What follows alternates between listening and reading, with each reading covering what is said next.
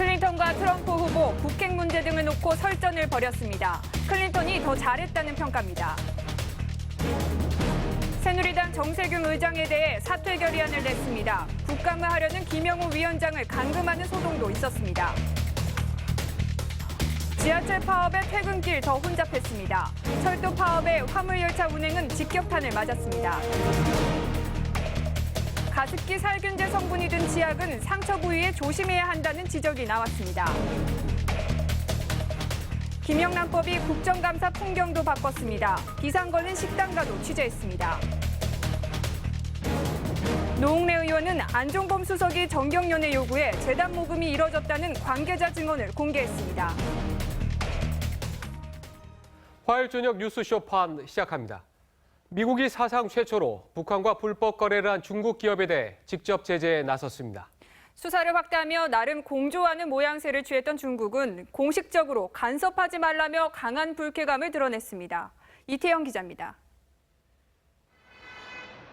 미국 재무부가 풍샹그룹의 자회사인 단둥홍샹과 마샤오흥 회장 등 경영진 4명을 제재 명단에 올렸습니다. 안보리 제재 대상인 조선광선은행을 대신해 금융거래를 지원한 게 이유입니다. 당장 홍샹 실업과 경영진의 미국 내 자산은 모두 동결됩니다. And the United States and the international community will not stand idly by while North Korea continues to flout its international obligations. 미국 법무부도 별도로 이들을 대량 살상 무기 확산 방지법과 돈 세탁 방지법 위반으로 기소했습니다. 앞으로 다른 중국 기업에 대해서도 제재에 나설 것으로 보여 북한과 거래하는 제3국 기업으로까지 제재를 확대하는 이른바 세컨더리 보이콧이 사실상 발효됐다는 분석입니다. 단둥시 관료 30여 명을 추가로 조사하며 수사를 확대해오던 중국은 미국의 독자 제재가 못마땅하다는 기색입니다. 我们反对任何国家根据国内法对中方的实体或个人实施所谓的长臂管辖. 미국이 세컨더리 보이콧 카드를 흔들자 중국이 경고 메시지로 반격에 나선 겁니다. 우리 정부는 환영의 뜻을 나타냈습니다.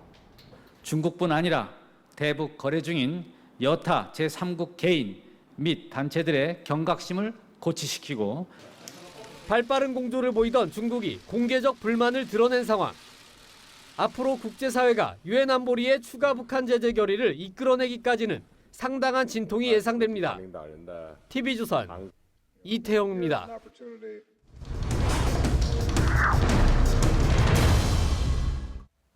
세계의 대결로 뜨거운 관심을 받은 미국 대선 1차 TV 토론에서 힐러리 클린턴과 도널드 트럼프가 불꽃 튀는 설전을 벌였습니다. 경제와 안보 문제를 두고 크게 맞선 두 후보의 상호 비방전도 치열했습니다. 미국의 현지 언론은 클린턴의 판정승을 선언했습니다. 지선호 기자입니다. 여유 있게 악수를 나누며 토론을 시작한 클린턴과 트럼프. 차분한 분위기는 클린턴의 금수저 성공으로 금세 깨졌습니다. He started his business with $14 million borrowed from his father. Well, for one thing, and before we start on that, my father gave me a very small loan. 트럼프도 클린턴의 건강 문제를 지적하며 반격에 나섰고 클린턴은 그럴 줄 알았다는 듯 응수했습니다. She doesn't have the look. She doesn't have the stamina. Or even spends 11 hours testifying in front of a congressional committee. He can talk to me about stamina. Let me tell you. 트럼프는 시종일관 클린턴을 자극하려 노력했지만 오히려 클린턴의 차분한 대응이 더 눈길을 끌었습니다. 경제와 안보를 주제로 한 토론에서 두 후보는 현안마다 의견이 엇갈렸습니다. 클린턴이 중산층 재건과 형사사법체계의 정의, 기존 동맹 강화를 주장한 반면 트럼프는 감세 정책, 법과 질서의 회복, 고립주의 등을 언급하며 현 정부 정책을 비판했습니다. TV 토론 후 실시된 CNN 설문조사에서 응답자의 62%가 클린턴의 우세를 꼽았습니다. 주요 언론은 준비된 클린턴이 토론을 주도했다고 평가했습니다. TV조선 지선호입니다. 미국 대선 TV 토론에서 트럼프는 거짓말이나 과장된 말을 많이 한 것으로 드러났습니다. TV 토론장 밖에서는 각 후보 지지자들의 응원전이 뜨겁게 펼쳐졌습니다. 윤혜용 기자입니다. 토론이 열리기 몇 시간 전부터 몰려든 유권자들. 지지 후보를 응원하며 대리전을 펼칩니다. just think that she really cares about all the people in our country, and I think she's a great candidate, and she is ready for the job. Well, right now I think that there's just a lot wrong with America, and I feel like he's really just, something different. 빌 클린턴과 멜라니 트럼프 등 후보 가족들도 토론장을 찾아 미묘한 신경전을 펼쳤습니다. 토론이 시작되자 주요 언론들은 후보들이 하는 말에 진위를 두고 실시간 검증을 진행했습니다. 검증 결과 트럼프는 16건에 달하는 사실과 다른 주장을 펼쳤고 클린턴의 주장은 대부분 근거가 있는 것으로 나타났습니다. Además gritando durante todo el debate, no diciendo factos, sino diciendo diferentes opiniones que no eran directas. 토론 전부터 진행자가 민주당 편이라며 불만을 제기했던 트럼프는 토론 직후엔 음모론을 제기했습니다. And they also gave me a defective mic. Did you notice that? My mic was defective within the room. I wonder, was that on purpose? SNS에서는 새빨간 의상의 클린턴, 코를 훌쩍이는 트럼프를 희화화하는 네티즌도 적지 않았습니다. TV조선 윤혜우입니다. 한미동맹과 관련해 트럼프와 클린턴의 극명하게 다른 입장이 또다시 확인됐습니다. 트럼프는 주한미군 주둔비용 관련 한국은 돈을 더 내라 이렇게 요구했습니다. 국무장관 시절에 북한의 천안함 폭침, 연평도 포격 사건을 겪은 클린턴은 한미 상호방위 조약을 존중하겠다고 했습니다. 김정우 기자입니다. 미국 공화당 도널드 트럼프 후보는 안보 무인 승차론으로 한국 등 동맹국들을 재차 압박했습니다. They do not pay us what they should be paying us because we are providing tremendous service and we're losing a fortune. 하지만 모든 동맹을 독보시킨 하다거나 핵 문제가 가장 큰 위협이라며 미묘한 입장 변화도 보였습니다. China should go into North Korea. 중국의 북핵 해결 역할을 강조한 것은 대중 압박과 대외 불간섭 기조가 섞인 것으로 풀이됩니다. 과거처럼 한일 핵무장 용인론이나 주한미군 철수 등 극단적인 주장은 하지 않았습니다. 미국 주도의 세계 질서를 부인하는 그런 발언이 이번에 사실 상당 부분 철회되고 상쇄된 거라고 판단할 수 있습니다. 반면 민주당 힐러리 클린턴 후보는 한미동맹과 한국 방위 공약을 재확인했습니다. That we have mutual defense treaties and we will honor them. 우리 정부는 신중한 반응입니다. 주한미군의 안정적 주둔 여건 제공을 위해서 기여와 역할을 해오고 있으며 앞으로 두 차례 토론이 더 남은 만큼 마지막까지 면밀한 분석과 대응이 필요하다고 전문가들은 주문합니다. TV조선 김종우입니다.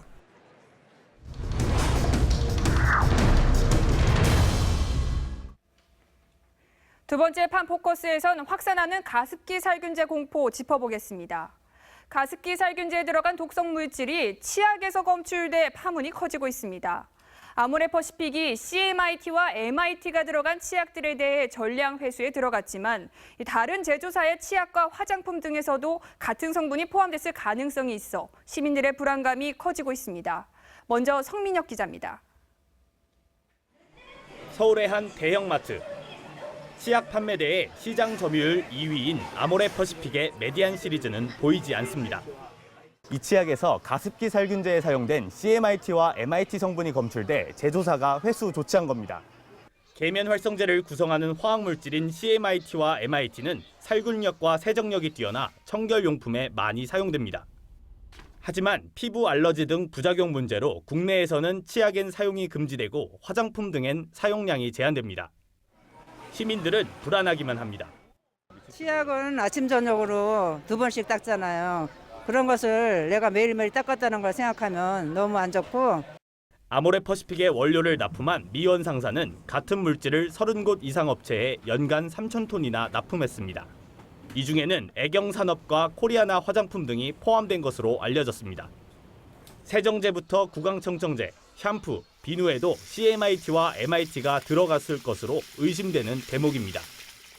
앞서 물티슈 27종과 화장품 60개 종에서도 CMIT와 MIT가 검출돼 이미 판매가 중단됐습니다. 식약처는 문제가 된 원료를 사용한 업체에 대해 현장 조사에 들어갔습니다. 해당되는 제품에 대해서는 일단 법령 위반 사항이 없는지 점검은 할 생각이고요. 식약처는 CMIT와 MIT를 기준치 이상 사용한 제품에 대해 회수 조치를 내릴 계획이지만 뒷북 조치라는 비판이 쏟아지고 있습니다. TV조선 성민혁입니다. 자, 이처럼 치약에서도 가습기 독성 물질이 검출됐지만 식약처는 안전하다는 입장입니다. 하지만 일부 전문가들은 독성 물질이 입안 상처로도 들어갈 수 있기 때문에 안심할 수 없다고 말하고 있습니다. 이어서 박상현 기자입니다. 식약처는 치약에서 가습기 살균제에 사용된 CMIT와 MIT가 검출됐다면서도 유해성은 없다고 밝혔습니다. 함유량이 미미하고 양취뒤 입안을 물로 씻어내기 때문이라는 이유에서입니다. 걱정을 하는 게 더 위에 해외나 이런 데는 충분히 다 사용할 수 있는 정도고요. 전문가들도 일단 CMIT와 MIT를 호흡기로 들이마시지 않는 만큼 위험성은 낮다고 설명합니다. 가습기 살균제의 경우에는 호흡기를 통해 CMIT 성분이 폐까지 침투해 폐를 굳게 하지만 치약에 들어간 성분은 위장을 통해 장기로 들어가 폐질환을 일으킬 우려는 없다는 겁니다. 하지만 일부에선 섭취하거나 피부에 접촉해도 위험성이 존재한다고 말합니다. 경구로 섭취했을 때 영향이 있다는 동물 실험 결과나 이런 건 없습니다. 그럼에도 불구하고 이게 이제 완전히 안전하다는 우리 증거는 아직 없는 거니까. 특히 입안에 난 상처 부위로 독성 물질이 들어가면 위험할 수 있다고 경고합니다. 여러 가지 약제들 같은 경우 점막에 바르는 약들도 있거든요. 그래서 전부 어떤 인체 내에 아주 소량이라도 흡수될 가능성이 있기 때문에. 옥시 사태 이후 뒷북대처로 일관해오면서 식약처가 국민들의 불안감만 키우고 있다는 지적입니다. TV조선 박상현입니다. 먹는 물에 중금속이나 이물질이 포함되어 있다면 당연히 마실 수 없겠죠. 그런데 대전의 일부 학교에서는 낡은 온수 제조기를 그대로 사용해 아이들이 오염된 물을 마셔왔던 것으로 확인됐습니다. 이호진 기자입니다. 대전의 한 초등학교의 온수 제조기입니다. 물을 끓이는 내부 공간에 시꺼먼 찌꺼기가 가득합니다. 주변에 녹도 끼어 있습니다. 열선에 의해서요. 거기에서 이제 물에 계속 고열로 거기를 끓이지 않습니까? 끓여놓다 보니까 스텐 자체가 변색이 되는 거죠. 물을 끓이는 열선은 시꺼멓게 변했습니다. 오래된 열선이 부식되면서 중금속 물질이 물에 녹아 오염될 수 있는 상황에 놓였습니다. 지난 2009년 도입된 이 온수 제조기를 쓰는 학교만 대전에 90여 곳. 학부모들은 경악을 금치 못합니다. 완전 좀 불쾌하죠. 믿고 그런 수도 시설이 있다고 생각하고 물을 안 넣어 보내는데 그런 게 보인다면 안 좋죠. 대전시 교육청은 부랴부랴 대책 마련에 나섰습니다. 물통과 열선이 노후될 경우에 녹물이나 이물질이 발생할 수 있으므로 청소 또는 노후된 부분 교체하라고. 학교에서는 이렇게 물에 직접 열선이 닿지 않는 방식으로 온수기를 교체했습니다. 대전시 교육청은 온수 제조기에서 나온 물의 수질을 검사해 중금속 오염 여부를 판단할 방침입니다. TV조선 이호진입니다. 새누리당은 정세균 국회의장 사퇴를 요구하며 국정감사를 이틀째 보이콧했습니다. 이정현 대표의 단식 농성도 계속되고 있는데요. 새누리당 담당하는 신정훈 기자 연결해 현재 상황 알아보겠습니다. 신 기자, 이정현 대표는 오늘 어디서 단식 농성하고 있습니까?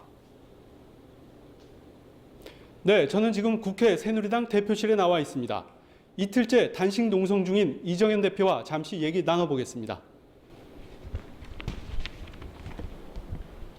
대표님, 단식까지 하면서 정 의장의 사퇴를 요구하는 이유가 뭡니까? 야당이 김진수 농림부 장관을 해임한 이유로 세 가지를 들었습니다. 하나는 황제 대출을 받았다는 겁니다. 그런데 야당은 1.4%의 대출을 받았다고 알아봤더니 6.7%에 받은 겁니다. 이렇게 거짓말을 해가지고 말하자면 장관 해임을 건의하게 됐습니다. 또 하나는 황제 전세를 살았다는 겁니다. 9억짜리 아파트에 7억이 근저당이 설정되어 있는데 거기에 1억 9천에 살았습니다. 누가 봐도 황제 전세라고 할 수 없는데 이런 이유로 또 장관 해임 이유로 됐습니다. 마지막으로 하나는 정말 가슴 아픈 가정사입니다. 이 장관은 8살 때 아버지 어머니가 이혼을 해서 형제들이 생모와 그리고 길러준 어머니를 용돈들을 드리면서 그동안에 모셔왔는데 이걸 정말 온통 불효자로 몰았고 이걸 해임 사유로 내렸습니다. 이런 기가 막힌 다수당의 횡포가 지금 한두 가지가 아니라 계속되고 있습니다. 이런 식으로 다수당 횡포가 횡행하는 속에서 저는 비상한 방법으로 대응하지 않을 수가 없었습니다. 네, 알겠습니다. 새누리당은 오늘 국회 의장실 앞에서 의총을 열고 정 의장 사퇴를 촉구했습니다. 의장직이 웬 말이냐? 맨입 정세균은 민주당으로 돌아와라! 돌아와라! 돌아와라! 오늘 비대위 회의는 정 의장에 대한 성토장이었습니다. 이 골목에서 정보업자들이나 말할 수 있는 맨입 정신, 맨입으로라고 말하는 야당의 신효노릇을 자행한 절차적 불법을 초래한 자입니다. 정 의장 사퇴 촉구 결의와 징계안도 국회에 제출했습니다. 하지만 당내 이탈 움직임도 나왔습니다. 김영우 국방위원장은 당 지도부의 만류에도 국정감사 사회를 보려다 동료 의원들에 막혀 사실상 감금되기도 했습니다. 국회의 가장 중요한 역할과 기능인 국정감사를 하지 않는 것은 그 또한 중대한 의회 민주주의 파괴다.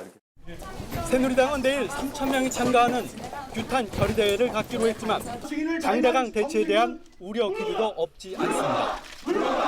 TV조선 신정훈입니다. 더불어민주당과 국민의당은 일단 야당이 위원장인 7개 상임위원회 국감을 진행했습니다. 하지만 파행 장기화에 대한 부담감 때문에 여당과 접촉을 시도하며 출구 전략을 고민하고 있습니다. 이번엔 야당 담당하는 최지영 기자 연결해 보겠습니다. 최 기자, 야당도 지금 상황 많이 부담스러워하는 것 아닌가요? 네, 그렇습니다. 야당은 일단 여당이 이틀째 국감을 파행시키고 있다면서 강하게 비판했습니다. 또 새누리당 이정현 대표의 단식 농성에 대해서는 정당 간 대화 채널을 모두 막아버린 처사라면서 화살을 날렸습니다. 같이 머리를 맞대고 이 상황을 풀 수 있는 그런 대화 채널이 다 끊긴 것이 좀 우려스럽습니다. 의장이 사퇴할 때까지 단식을 계속하겠다라고 하면은 타고 있는 전국에 휘발유를 퍼 넣었습니다. 야당이 위원장인 7곳의 상임위도 예정대로 감사를 진행했습니다. 오늘 중으로라도 회의에 설사 참석을 하지 않는다 하더라도 그러나 막후에선 지도부 간 접촉을 시도하며 돌파구를 모색했습니다. 국정감사를 원하고 있다. 어떻게 해서든지 국민의당에서 좀 풀어달라 하는 전화를 해오고 더민주 역시 설득을 하면서 조금 돌아설 것으로 보였습니다. 더불어민주당 우상호 원내대표도 여당과 다방면으로 접촉을 시도하고 있지만 전화도 받지 않는다고 답답함을 토로했습니다. 야당에선 일단 국감을 며칠 연기해놓고 타협안을 찾아보자는 이야기가 나오고 있습니다. 지금까지 국회에서 TV조선 최지원입니다. 정세균 국회의장이 그동안 김재수 장관 해임 건의안과 관련해 야당의 제안을 수용하라 이렇게 얘기했다, 이런 주장이 나왔습니다. 국회의장이 중립 의무를 지키지 않았다는 겁니다. 정 의장은 그렇지만 국회의장도 정치적 입장이 있다며 의장직 사퇴 요구를 일축했습니다. 김보건 기자입니다. 새누리당 정진석 원내대표는 정세균 국회의장이 이달 중순 3당 원내대표와 함께 미국을 방문했을 때부터 세월호 특조위 연장이나 어버이연합 청문회를 받으라며 노골적으로 야당 편을 들었다고 주장했습니다.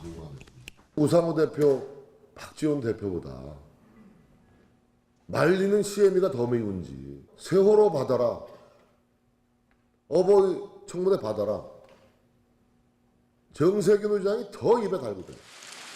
3당 원내대표가 안건 협상을 할 때도 정 의장이 지속적으로 개입했다고 했습니다. 청와대랑 상의가 도저히 안 되냐? 오히려 우상호, 박지원은 가만히 있어. 정 의장이 국회 본회의장에서 둘 중 하나를 안 내놓으면 맨입으로는 안 되는 것이라고 발언한 것도 그냥 나온 게 아니라는 겁니다. 정세균 국회의장은 오늘 국회로 출근하지 않고 명지대에서 강연을 했습니다. 국회의장이 굉장히 중요한 정치인이잖아요.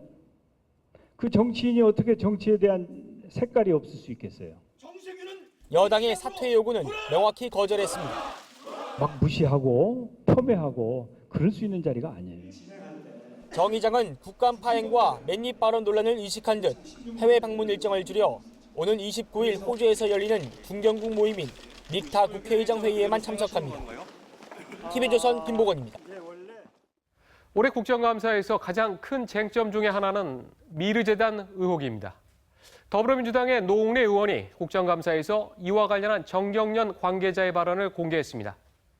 안종범 청와대 정책조정수석이 미르재단의 500억 모금에 깊숙이 개입했다는 TV조선의 특정 보도를 뒷받침하는 내용입니다. 박소영 기자입니다. 국회 교육문화체육위원회 국정감사에서 더불어민주당 노웅래 의원이 공개한 전경련 관계자의 발언입니다. 안종범 전경련에다가 얘기해가지고 그 전경련에서 이제 일괄적으로 기업들을 이제 할당을 해가지고 그래가지고 이제 한 거다. 안종범 당시 경제수석이 전경련에 모금을 요구했고 전경련이 개별 대기업에 출연금을 할당했다는 겁니다. 재단 모집에 청와대 지시 없었다 이렇게 얘기했죠. 근데 돈을 낸 대기업 그룹 관계자는 그렇지 않잖아요. 미르재단 설립에 정권 실세가 개입한 적 없다는 청와대의 주장과 상반되는 내용입니다. 창조경제추진단 공동단장이었던 이승철 전경련 상금부회장과 차은택 전 문화창조융합본부장 두 사람이 모금 과정을 주도했다는 내용도 있습니다.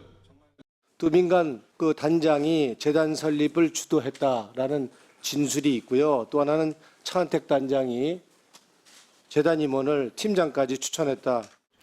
조윤선 문화체육관광부 장관은 청와대와의 연관을 부인했습니다. 과연 대통령께서 퇴임 후에 이런 사업들을 영위하는 이 재단에 그렇게 관여하실 일이 있으실까 하는 것이 저의 개인적인 생각입니다. 야당은 청와대 기획 아래 이뤄진 일이라며 진상규명을 촉구했습니다. TV조선 박소영입니다. 성완종 리스트에 올랐던 이완구 전 총리가 항소심에서 무죄를 선고받았습니다. 얼마 전 이 전 총리와 함께 성완종 리스트에 나왔던 홍준표 지사는 유죄를 선고받았는데요. 법원의 판단은 왜 달랐는지 주원진 기자가 보도합니다.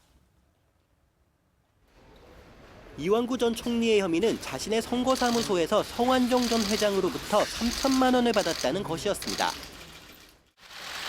검찰과 1심 재판부는 성 전 회장이 남긴 이른바 성완종 리스트를 중요한 증거로 내세웠습니다. 하지만 서울고등법원은 성완종 리스트를 증거로 보기엔 신빙성이 떨어진다며 무죄로 판결했습니다. 재판부는 성 전 회장이 나쁜 감정을 가지고 허위 진술을 했을 수도 있다고 판단했습니다. 총리가 검찰을 지휘해서 본인이 수사에 타겟이 됐다라는 그 오해 아닌 오해를 갖고 생긴 거 아니겠어요? 법원이 성완종 리스트의 증거 능력을 인정하지 않으면서 홍준표 경남지사의 재판에 영향을 미칠지도 주목됩니다. 다만 홍 지사의 경우 윤승모 경남기업점 부사장이 돈을 전달했다고 법정 진술에 리스트를 뒷받침했다는 점이 차이가 있습니다. 이 전 총리는 구체적 액수 없이 이름만 적혀 있지만 홍 지사는 이력이 명시돼 있다는 점도 다릅니다. 검찰은 법리 판단이 다르다며 이완구 전 총리에 대해 상고하겠다고 밝혔습니다. TV조선 주원진입니다. 영화 바람에 나오는 장면입니다. 고교생들이 조직폭력배처럼 무리지어 싸움을 하는 영화인데 이런 영화 같은 패싸움이 실제로 벌어졌습니다. 여자친구 때문에 사소한 말다툼을 하다가 흉기까지 휘둘렀습니다. 김승동 기자입니다. 경기도 양평의 한 체육공원입니다. 일요일인 그젯밤 양평 지역 학생 7명과 홍천 지역 학교 선후배 9명은 이곳에서 주먹질을 하며 패싸움을 벌였습니다. 그런데 갑자기 17살 A군이 주머니에서 흉기를 꺼내 휘둘렀습니다. 애가 뒤에서 뭐 주먹질을 하는데 애들이 도망가는 거여서 당황했습니다. 그러니까 내가 칼을 들고 깨서 상황 밖에서. A군이 휘두른 흉기에 18살 B군 등 3명은 목과 얼굴 부위를 크게 다쳤습니다. A군은 인근 하천가에 흉기를 버리고 달아났지만 신고를 받고 출동한 경찰에 붙잡혔습니다. 경찰 조사 결과 이들은 여자친구에게 욕을 했다는 이유로 시비가 붙어 패싸움을 벌인 것으로 드러났습니다. 지나가다 시비가만 있어가지고 전화다 그러면 정식으로 사과를 해야 하니까 사과를 안 받는 거예요. A군은 경찰에서 친구가 맞아서 화가 났다고 진술한 것으로 전해졌습니다. 경찰은 A군에 대해 구속영장을 신청하고 싸움 가담자를 추가로 입건할 방침입니다. TV조선 김승돈입니다. 농촌 총각들, 해외에서 신부감을 찾는 경우가 많죠. 그런데 이런 절실한 사정을 이용한 중개업소들 때문에 피해가 잇따르고 있습니다. 결혼까지 했는데 신부는 나타나지 않았습니다. 권은영 기자입니다. 50대 이모 씨는 2년 전 결혼 중개업체의 소개로 우즈베키스탄 여성과 현지에서 결혼했습니다. 신부의 비자 문제가 남아 먼저 귀국해 기다렸지만 6개월이 지나도록 입국하지 않았습니다. 알고 보니 중개업체는 비자 신청조차 하지 않았습니다. 장성한 아들 결혼해서 분가시켜서 같이 이제 사는 모습 보고 싶은 게 공통된 부모님들의 마음이셨는데 부모님들 낙담하셔가지고 중개업자는 폐업 신고를 하고 자취를 감췄습니다. 이 업계에서 이런 피해는 하루 이틀의 일이 아닙니다. 자유주의 국가는 원래 돈이 왔다 갔다 하는 결혼은 원래 이제 불법 행위를 만들어가지고 한국 사람은 돈을 같이 치료하는 걸 시켜요. 그런 대단한 거 없고. 소비자 불만은 해마다 600건이 넘습니다. 환급 거부가 26%로 가장 많았고 계약 내용과 전혀 다른 신부를 소개하거나 신부가 입국을 하지 않는 경우도 빈번했습니다. 사업자가 하라는 대로 보통 다 이행을 합니다. 근데 다만 문제는 사업자가 제대로 이행을 안 한 경우가 많기 때문에 무책임한 국제결혼 중개업체들. 결혼이 절박한 총각들을 2번 울리고 있습니다. TV조선 권은영입니다. 보험회사 콜센터에 5년간 150번이나 전화한 50대 남성이 있었습니다. 통화 대부분은 고성과 막말, 욕설입니다. 얼마나 심한지 한번 들어보시죠. 황민지 기자입니다.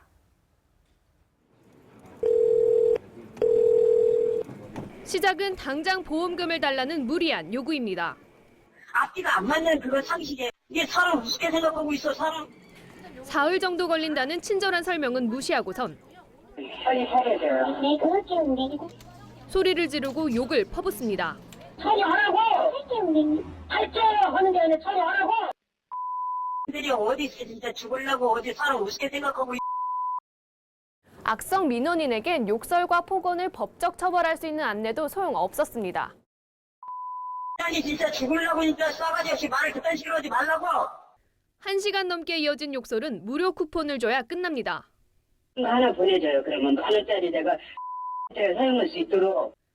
51살 박모 씨는 이런 악성 전화를 150번이나 한 보험사에 걸었습니다. 퇴사한 직원도 많고 임신한 직원이 있었는데 너무 스트레스를 많이 받아서 통화하다가 하혈을 해서 병원을 갔다든지. 경찰은 박 씨에 대해 구속영장을 신청할 방침입니다. TV조선 황민지입니다.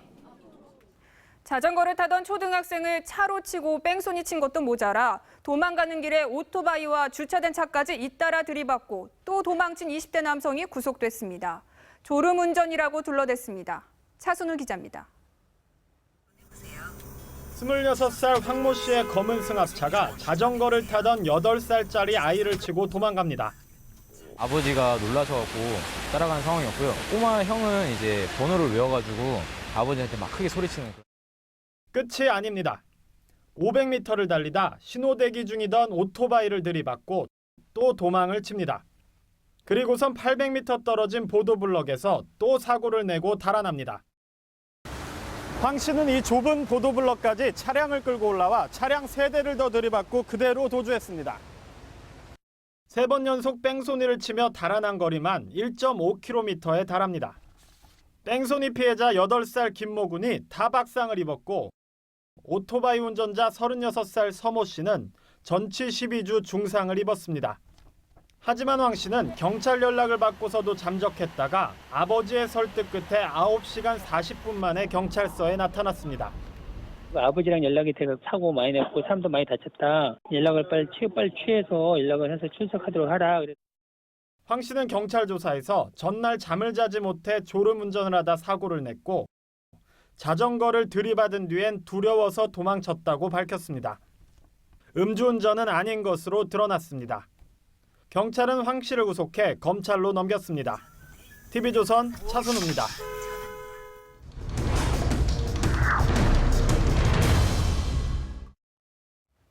부정청탁 및 금품수수 금지법, 이른바 김영란법이 내일부터 시행됩니다.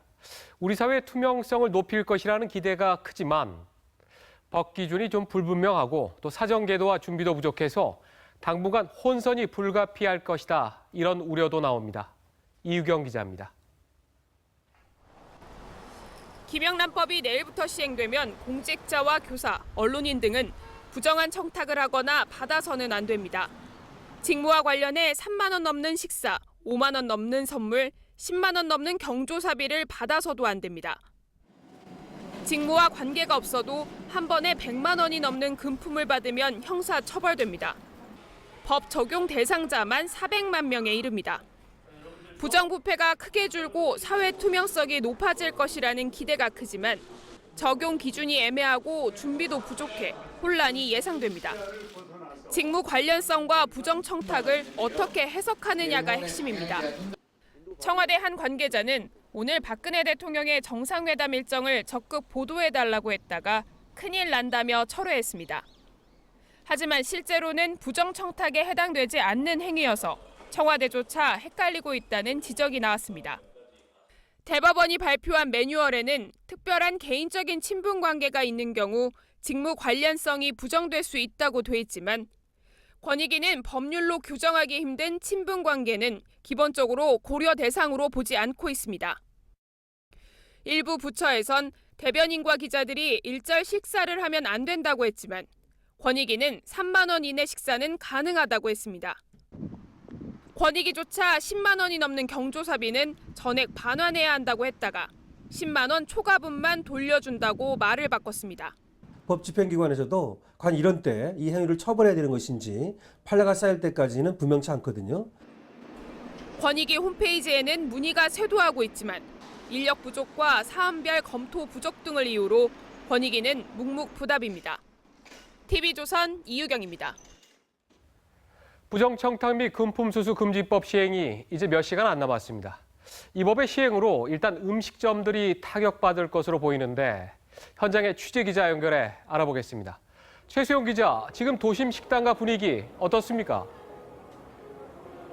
네, 도심 식당가는 아직은 평소와 다름없이 북적거립니다. 특히 김영란법 시행을 하루 앞두고 마지막 만찬을 하러 온 직장인들이 눈에 많이 띄는데요. 일부 식당은 보시는 것처럼 김영란법에 걸리지 않기 위한 신메뉴를 발빠르게 출시하게 됐습니다. 2명에 59,800원, 1명당 29,000원 등으로 상한선인 3만 원보다 가격을 조금 낮춘 식입니다. 합리적인 가격에 푸짐하게 드실 수 있도록 그렇게 기획 세트를 출시했습니다. 호텔 연회장도 세미나를 여는 국립대 교수나 공무원 등을 대상으로 한 3만 원 이하 메뉴를 추가했습니다. 오찬이나 만찬 행사보다는 조찬 행사에 대한 문의가 상당히 많이 늘은 편입니다. 그래서 고객분들의 니즈를 충족시키기 위해서 하지만 미처 대비를 못한 식당들은 비상입니다. 특히 고급 식당들은 내일부터 예약이 절반 가까이로 줄어들기도 했습니다. 울며 겨자 먹기로 업종을 바꾼 경우도 있습니다. 60년 전통의 한정식집은 지난달 베트남 음식점으로 바뀌었습니다.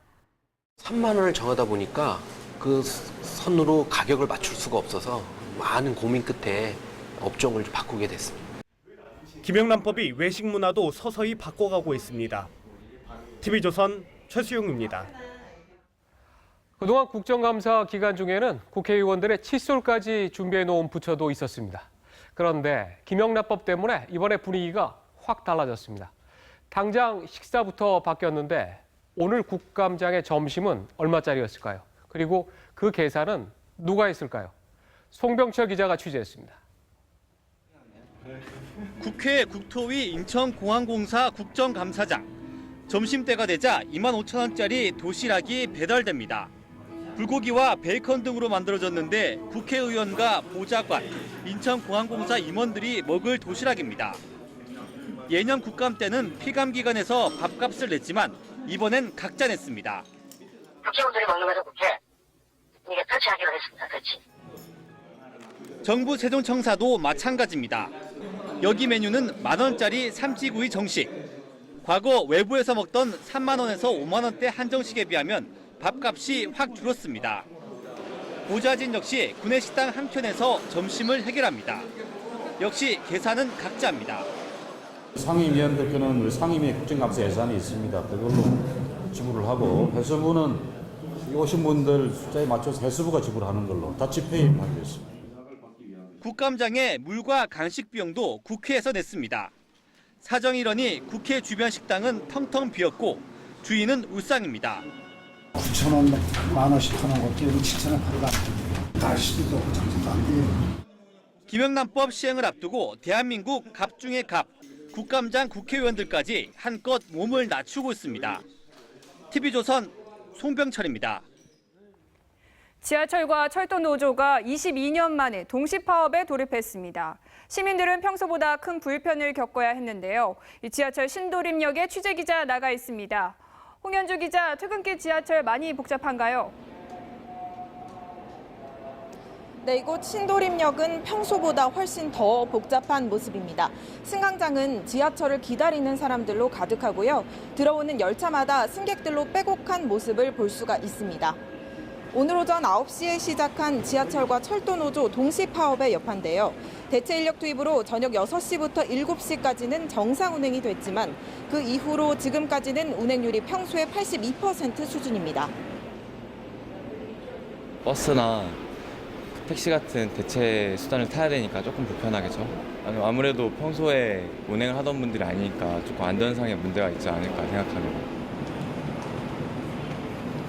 이런 불편은 낮부터 계속됐는데요. SNS에도 사람이 평소보다 2배 넘게 많다, 20분 넘게 열차를 기다렸다, 이런 글이 계속 올라왔습니다.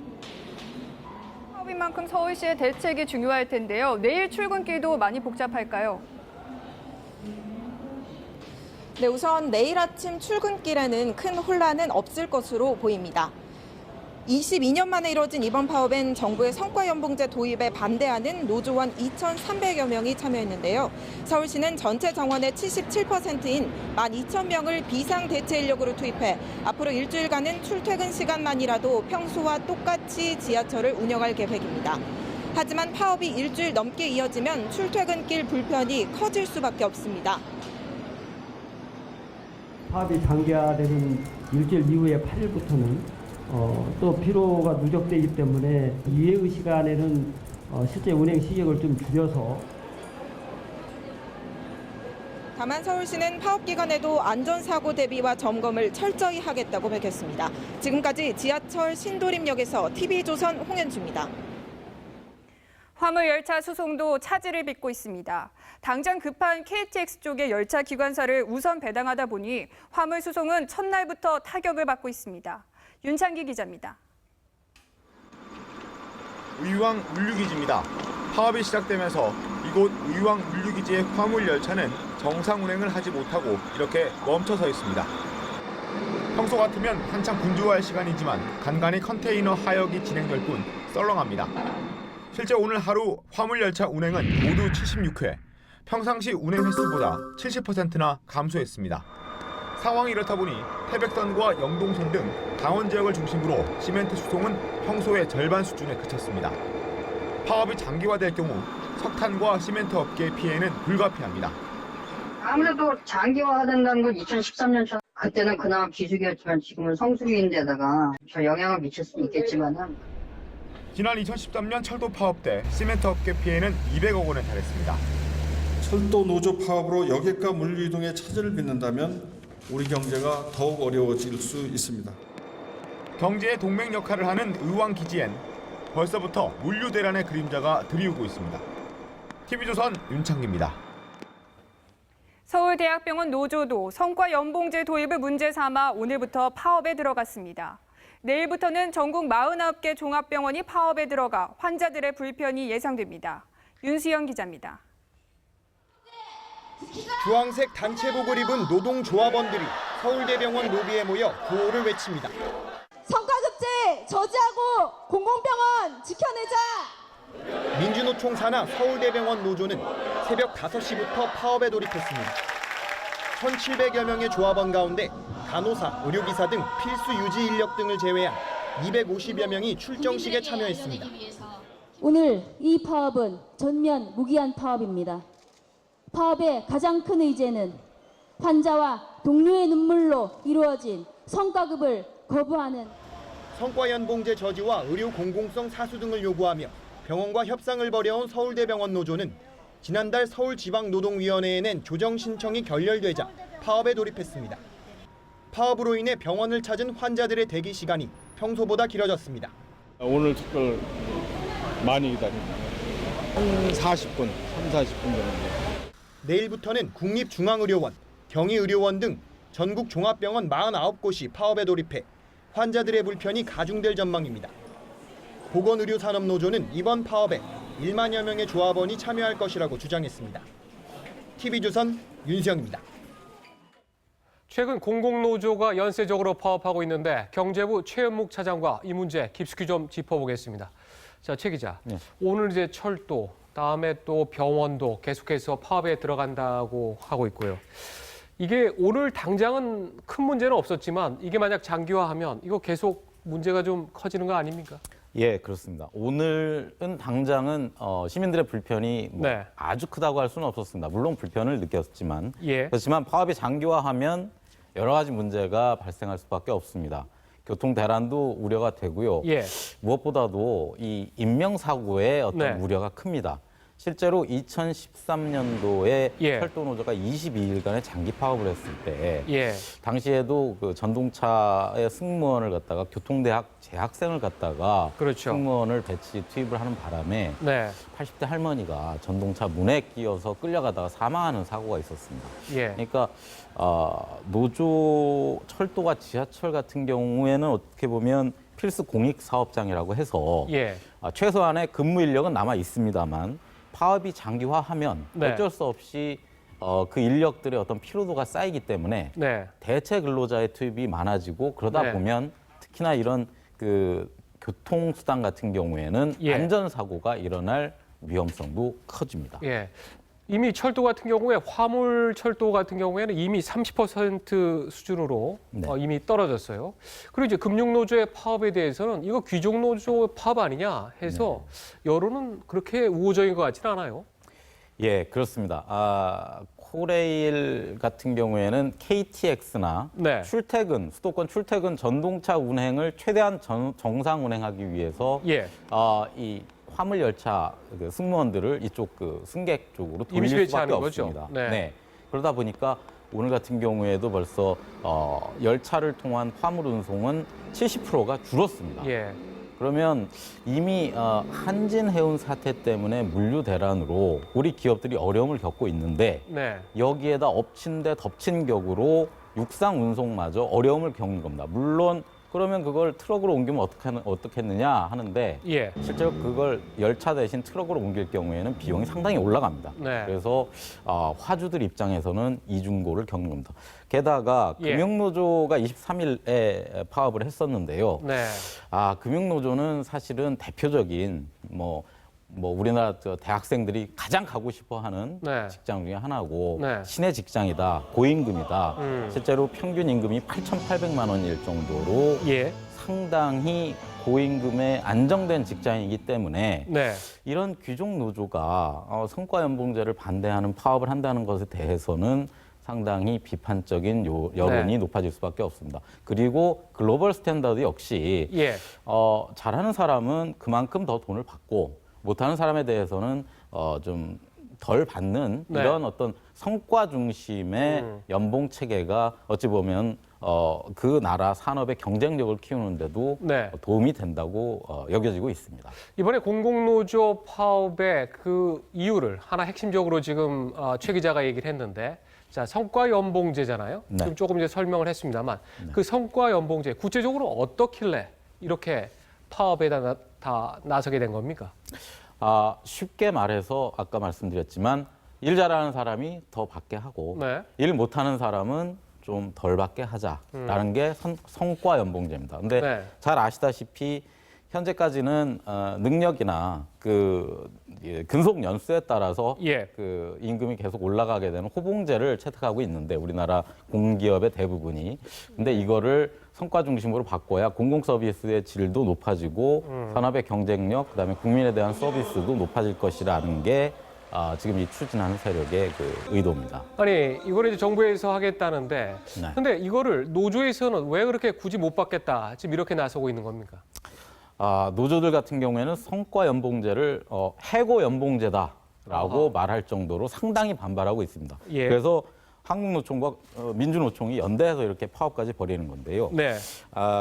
이 노조의 입장에서 보면 공공부문의 특성상 그럼 어떻게 그 성과를 구체적으로 개정할 측정하느냐. 것이냐 하는 그런 어떤 어려움이 있다. 네. 그다음에 또 어떻게 저성과자로 낙인을 찍히면 결국 그 사람은 나중에 해고되는 거 아니냐. 이런 우려를 갖고 있습니다. 예. 노조이기 때문에 그런 뭐 저항을 하는 것, 어떤 반발을 하는 것은 뭐 이해가 됩니다만 이해되는 측면이 있습니다만 사실은 아까 말씀드린 대로 신의 직장이라고 불릴 정도로 네. 우리 청년들이 가장 가고 싶어하는 공기업과 금융기관에서 이 문제를 가지고 파업까지 하는 것에 대해서는 네. 경제도 어려운 마당에 예. 상당히 비판적인 시각이 높습니다. 자, 이렇게 공공노조에서는 아주 강하게 반발하고 있지만 하지만 성과연봉제 더 미룰 수 없다라는 게 지금 정부 입장 아닙니까? 맞습니다. 정부는 소위 4대 개혁이죠. 네.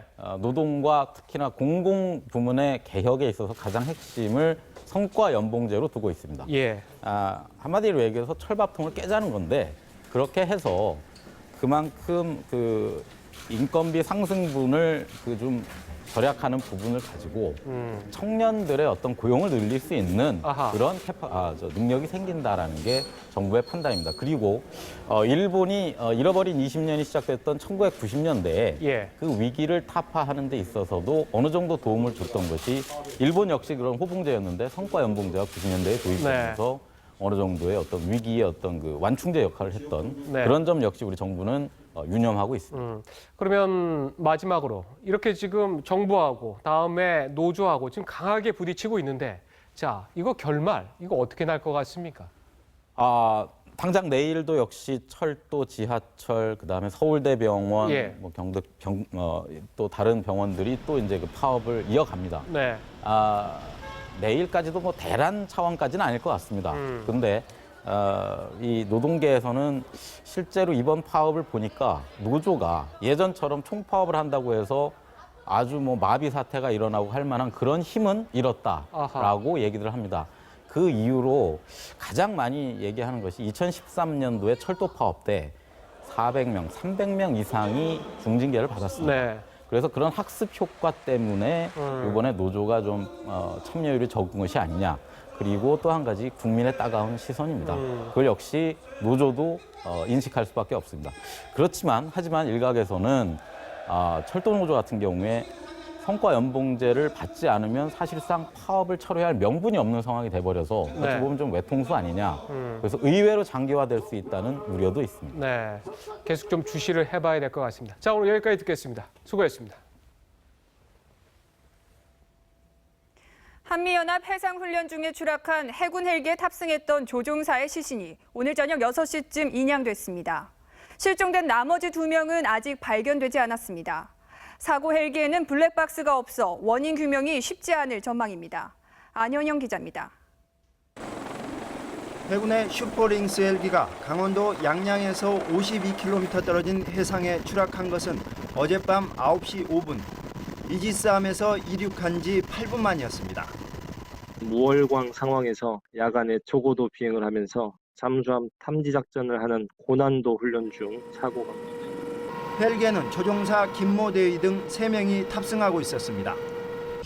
수색에 나선 해군은 어젯밤 11시쯤 헬기 잔해를 발견했고 오늘 오후 6시쯤에는 무인 탐사기를 동원해 수심 1km 지점에서 조종사 김대위의 시신을 인양했습니다. 사고 당시 파고는 1m 정도의 바람도 세지 않아 악천후로 인한 사고 가능성은 낮습니다. 사고 헬기는 99년에 도입된 기종. 4년 전 전체 정비를 마쳤고 지난 8월 정비 때도 문제가 없었던 것으로 전해집니다. 추락 직전 조종사가 메이데이라는 구호 신호를 4차례나 보낸 만큼 비행 착각이 아니라는 지적도 있지만 배제할 순 없습니다. 기체 결함이나 갑작스런 고장 가능성도 제기됩니다. 하지만 사고 해역은 수심이 1km가 넘어 동체 인양이 쉽지 않습니다. 더욱이 사고 헬기에는 FDR, 블랙박스도 없는 것으로 확인됐습니다. 음성을 녹음하는 디지털 장비가 있지만 부식 가능성이 높아 헬기가 인양되더라도 사고 원인 규명은 쉽지 않아 보입니다. TV조선 안형령입니다. 고 백남기 씨 빈소 일대는 오늘 팽팽한 긴장 상태였습니다. 경찰은 어제 기각된 시신 부검을 재신청했고 유가족 측은 강하게 반발했습니다. 조세희 기자입니다. 지난해 대규모 도심 집회에서 경찰 물대포에 맞아 쓰러진 69살 백남기 씨의 유족 측은 경찰의 부검 재신청 결정을 강하게 비판했습니다. 경찰의 손에 돌아가신 고인의 시신에 다시 경찰의 손이 절대로 닿게 하고 싶지 않습니다. 경찰이 과잉 진압 책임을 피해가려 한다며 어제 부검 신청을 기각했던 법원에 탄원서를 냈습니다. 안전행정위원회 소속 더불어민주당 의원 8명은 이철성 경찰청장을 만나 부검 신청을 철회하라고 요구했습니다. 하지만 경찰은 부검을 통한 사인 규명이 필요하다며 영장을 재신청하고 법원이 요구한 자료 제출을 준비했습니다. 경찰 관계자는 법원 요구에 따라 법의학 전문가들의 의견을 담아 부검이 필요한 이유를 밝히는 데에 집중하고 있다고 밝혔습니다. 백 씨 유족 측과 경찰의 상반된 입장이 이어지면서 긴장이 이어졌습니다. 유족과 투쟁본부 측 300여 명은 병원 앞에서 영장 집행에 대비한 농성을 이어갔습니다. 천여 명이 모이는 저녁 촛불문화제도 벌이고 있습니다. 경찰은 세계중대 240명을 빈소 주변에 배치해 만일의 사태에 대비하고 있습니다. TV조선 조세입니다. 시위 도중 사망한 농민 백남기 씨 사건과 관련해 사회부 김도영 기자와 더 자세한 얘기 나눠보겠습니다. 김 기자, 이 백남기 씨 사망 정말 안타깝고 참 고인의 명복을 비는데, 그런데 지금 법원에서 1차로 부검에 대해서 제동을 걸었잖아요. 그런데 경찰에서 굳이 부검을 좀 해야겠다 이렇게 주장하는 그 이유, 그건 뭡니까? 네, 경찰은 백 씨가 물대포에 맞아서 쓰러진 것은 인정을 하고 있지만 네. 이것이 직접적인 사인으로 이어진 것인지는 정확하게 법의학적 소견을 받아서 오해의 소지가 없도록 해야 한다는 입장입니다. 네. 이철성 경찰청장은 백 씨 입원 당시엔 두피 및 출혈이라고 진단서에 기록돼 있는데 사망 진단서엔 병사라고 돼 있다고 말했습니다. 하지만 유족과 백남기 투쟁본부는 백 씨가 물대포에 맞아서 300일이 넘게 입원을 한 것은 분명한 사실인데도 부검을 빌미로 사인을 규명한다면서 경찰의 과잉 진압의 책임을 회피하고 있는 것이 아닌가, 그렇게 의혹을 제기하고 있습니다. 네. 이에 어제 발족한 투쟁본부의 박서군 공동대표는 경찰이 창조적으로 사망 원인을 조작하는 꼼수를 부린다, 이렇게 표현을 했을 만큼 경찰에 대한 불신이 가득하기도 합니다. 또 유족은 부검이 고인에 대한 모독이 아닌가, 이렇게 받아들이고 있는 상태입니다. 결국 거의 1년 전이죠. 지난해 11월에 그 문제됐던 그 시위에서 과잉 진압을 했느냐 안 했느냐, 이게 지금도 계속 논란이 되고 있는 거군요. 네, 그 유족과 백남기 투쟁본부는 경찰이 가슴을 향해 물을 뿌려야 하는 살수차 운용 지침을 어기고 그 백 씨의 머리를 향해서 직사살수를 했다고 주장합니다. 하지만 경찰의 입장은 좀 다른데요. 당시 좀 어두운 상황에서 시위를 진압했어야 했고 또 시야가 가려져서 CCTV로밖에 볼 수 없는 상황에서 이었기 때문에 과잉 진압이나 직접 살수는 아니었다는 입장입니다. 그런데 이런 여론들이 좀 있어요. 시위 도중에 이제 분명히 사망을 했고 또 물대포에 맞아 사망한 거는 맞으니까 최소한 경찰 수뇌부가 뭔가 조문을 하거나 그런 걸로 통해서 이 안타까운 죽음을 좀 위로해야 하지 않느냐, 이런 얘기들도 있는데, 그런데 경찰 수뇌부의 조문 계획이나 이런 거는 전혀 없습니까? 네, 경찰은 백남기 씨가 쓰러져서 사망한 것에 대해서는 분명하게 유감스럽다는 입장을 밝히고 있습니다. 하지만 이런 입장과는 별개로 경찰 수뇌부의 공식적인 조문은 아직 미뤄지고 있는데요. 경찰은 이제 그 지난해 시위가 그 과격 시위로 인해서 과격 시위가 일어났고 이에 대해서 정당한 공권력을 행사했다는 입장입니다. 하지만 이제 그에 대해서 조문을 가버리면 이러한 입장을 접고 이제 경찰이 자신의 잘못을 인정하는 것으로 받아들여지는 게 아닌가, 그런 것을 걱정하고 있는 입장입니다. 아하.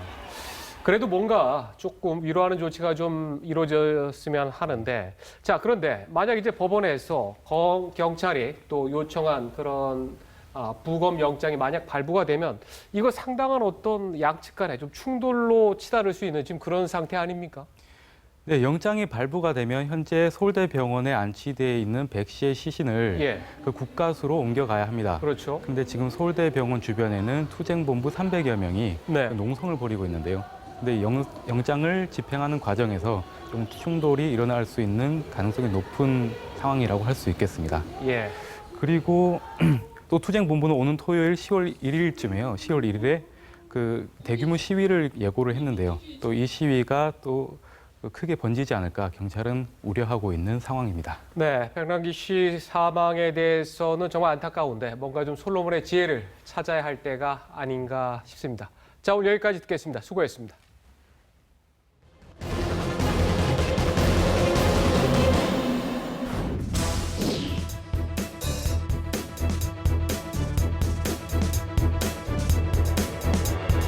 제발 해운업을 살리기 위해서는 주무부서인 해양수산부의 얘기를 좀 신실되게 들어주셨으면 좋겠습니다.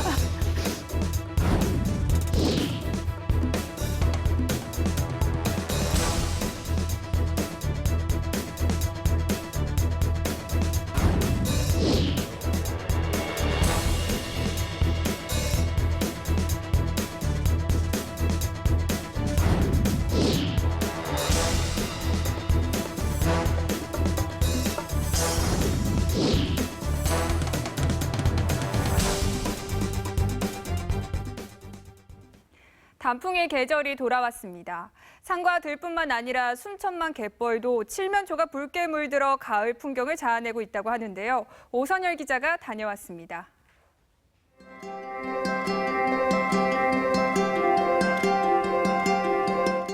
파란 가을 하늘 아래 갯벌이 붉게 물들었습니다. 9월이면 붉은색으로 색깔이 바뀌는 칠면초들이 빚어낸 조화입니다. 칠면초는 회색, 녹색 등 1년에 색이 7번 바뀐다고 해서 붙은 이름입니다. 하늘살이 풀린 칠면초는 가을이 되면 꽃이 떨어지면서 줄기와 가지가 붉게 변합니다. 곳곳에 펼쳐진 칠면초 군락은 마치 설악산, 내장산을 곱게 물들인 단풍을 연상케 합니다. 갯벌에서 풀이 자라는 것도 신기하고 가을이 오는 것 같아요. 되게 붉고. 관광객들은 붉은색으로 곱게 물든 갯벌을 카메라에 담느라 연신 셔터를 누릅니다. 서양빛에 또 해물을 찍게 되면 이 칠면초가 엄청나게 아름다워요. 자주 변해서 젊고 늙고 온 것을 만끽하라 그런 뜻으로 생각해요. 전국 갯벌의 칠면초 군락은 간척으로 사라지고 있지만 순천만은 자연 그대로 보존되고 있습니다. 순천만은 자연 해안선과 함께 이 강과 바다가 만나는 기수역의 원형의 모습이 잘 간직되어 있어서 끝없이 펼쳐진 갈대밭 사이로 붉게 물든 가을의 순천만은 자연의 신비를 일깨워줍니다. TV조선 오선열입니다. 올가을 공연계에는 개화기를 배경으로 한 작품들이 이어지고 있는데요. 창작자들이 개화기에 주목하는 이유는 무엇일까요? 정은혜 기자입니다. 누가 전쟁의 시계가 왔다 목표물이 어딘가 전쟁의 시대. 격동의 시대 혁명가들의 이야기를 그린 뮤지컬입니다. 오태석 작가의 도라지를 재해석해 우리나라 최초 혁명가 김옥균과 고종의 명을 받고 그를 암살하려는 홍종우란 인물에 집중했습니다. 역사적인 어떤 여러 가지를 띄고 있으면서도 한국적인 어떤 그 피가 굉장히 많이 담겨 있는 작품을 분명. 이 작품은 명성황후는 어떤 사람이었을까에 대한 물음에서 출발합니다. 마지막 왕비의 사진을 찾고 있어. 대한제국 말고 조선의 마지막 왕비. 사진을 키워드로 왕비의 일대기가 아닌 한 여인의 삶을 재조명했습니다. 사진 한 장. 러시아 커피란 뜻의 뮤지컬 노서와 가비. 커피를 둘러싼 고종 암살 사건을 유쾌하게 그렸습니다. 이들의 공통점은 배경이 개화기라는 것. 국가 기운이 굉장히 위기를 맞고 있는 시기이기 때문에 그때 조선이 망하는 그 시점에 대한 비슷한 느낌을 어떻게 이 나라를 다시 세울 수 있을까.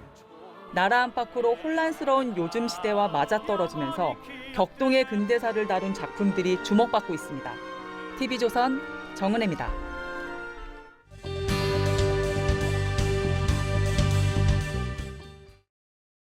목성의 가장 큰 위성인 유로파의 모습입니다. 미 항공우주국 나사는 이 유로파에서 거대한 수증기가 발산됐다고 밝혔습니다. 수증기 기둥의 높이는 무려 200km. 유로파 지표 밑에 생명체가 서식할 수 있는 바다가 존재할 가능성에 힘이 실렸습니다.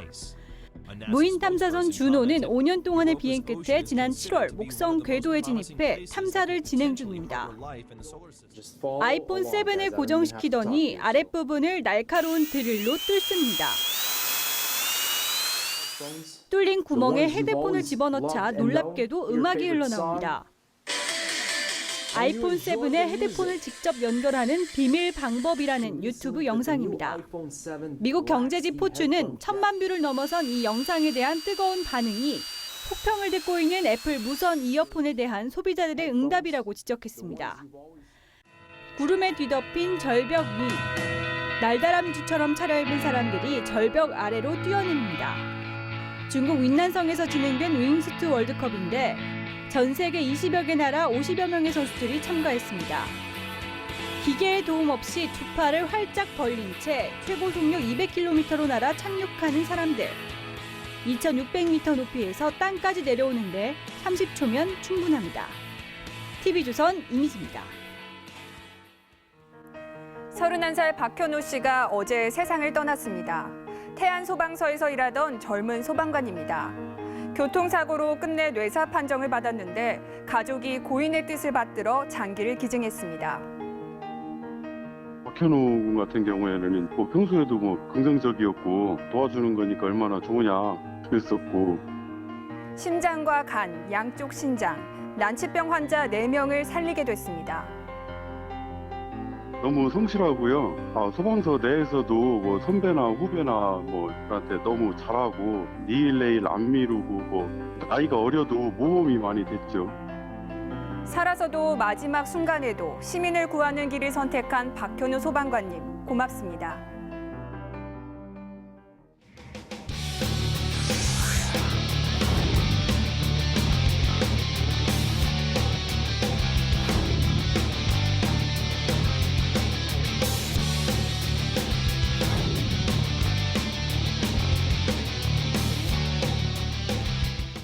지금 광주에서는 LG와 기아가 4위 자리를 놓고 시즌 마지막 맞대결을 펼치고 있습니다. 스포츠부 연결해 자세한 경기 상황 알아봅니다. 김지수 기자 전해주시죠.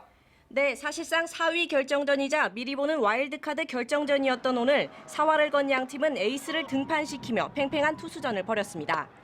기아 김기태 감독은 가동할 수 있는 전력을 모두 투입하겠다며 LG 킬러 양현종을 등판시켰습니다. LG 역시 후반기 반등을 이끈 허프를 선발로 내세웠습니다. 먼저 균형을 깬 건 LG였습니다. 2회 초 오지환이 좌전 2루타를 터뜨리며 2루에 있던 히메네스를 홈으로 불러들였습니다. 기아는 5회 말 2사 1-3루의 기회를 잡았지만 김선빈이 중견수 플라이아웃으로 물러나면서 득점에 실패했습니다. 그러자 LG는 곧바로 6회 초 문선재가 왼쪽 펜스를 넘기는 솔로 홈런으로 달아났습니다. 7회 현재 LG가 4점 차 리드를 지키며 앞서 나가고 있습니다. 양 팀은 오늘 맞대결 후에도 LG가 6경기, 기아가 5경기를 남겨두고 있는데 LG가 이대로 이기면 기아와의 승차를 3경기로 벌리며 사실상 4위를 확정합니다. 4위 팀은 와일드카드 결정전에서 어드밴티지로 1승을 안고 홈경기를 치르기 때문에 유리한 고지를 점할 수 있습니다. 지금까지 TV조선 김지수입니다. 리우올림픽의 감동을 이을 평창 동계올림픽이 이제 꼭 500일 앞으로 다가왔는데요. 성공적인 개최를 위해 막바지 경기장 설립은 물론 홍보전에도 속도가 붙고 있습니다. 차정승 기자입니다. 1년 5개월 뒤 강원도 평창에서 열리는 23번째 동계올림픽을 알리기 위해 한강시민공원에는 체험관이 마련됐습니다. 가상현실로 체험해본 동계스포츠. 올림픽이 우리 곁으로 한 걸음 다가왔습니다. 선수들이 자랑스럽기도 하고 대단하기도 하고 재밌어요. 3수 끝에 어렵게 대회를 유치한 이후 올림픽 조직위는 숨가쁘게 달려왔습니다. 7경기 15개의 세부 종목을 치르기 위해 필요한 경기장은 12곳. 이 가운데 절반을 새로 짓는데 신설 경기장은 현재 88%까지 지어졌습니다. 올 연말이면 모든 경기장이 대회를 치를 수 있는 완벽한 시설로 바뀌게 됩니다. 리우 현지에서는 평창 홍보관을 지어 세계인의 관심을 끌었습니다. 우리나라가 평창올림픽까지 개최하면 세계 4대 스포츠 이벤트를 모두 치르는 6번째 나라가 됩니다. 우리 선수단은 역대 최다인 금메달 7개로 종합순위 5위에 도전합니다. 88 서울올림픽 이후 30년 만에 치러지는 평창올림픽. 조직위는 올 11월부터 26차례의 테스트 이벤트를 치르며 성공적인 개최를 위한 본격적인 준비에 들어갑니다. TV조선 차정승입니다.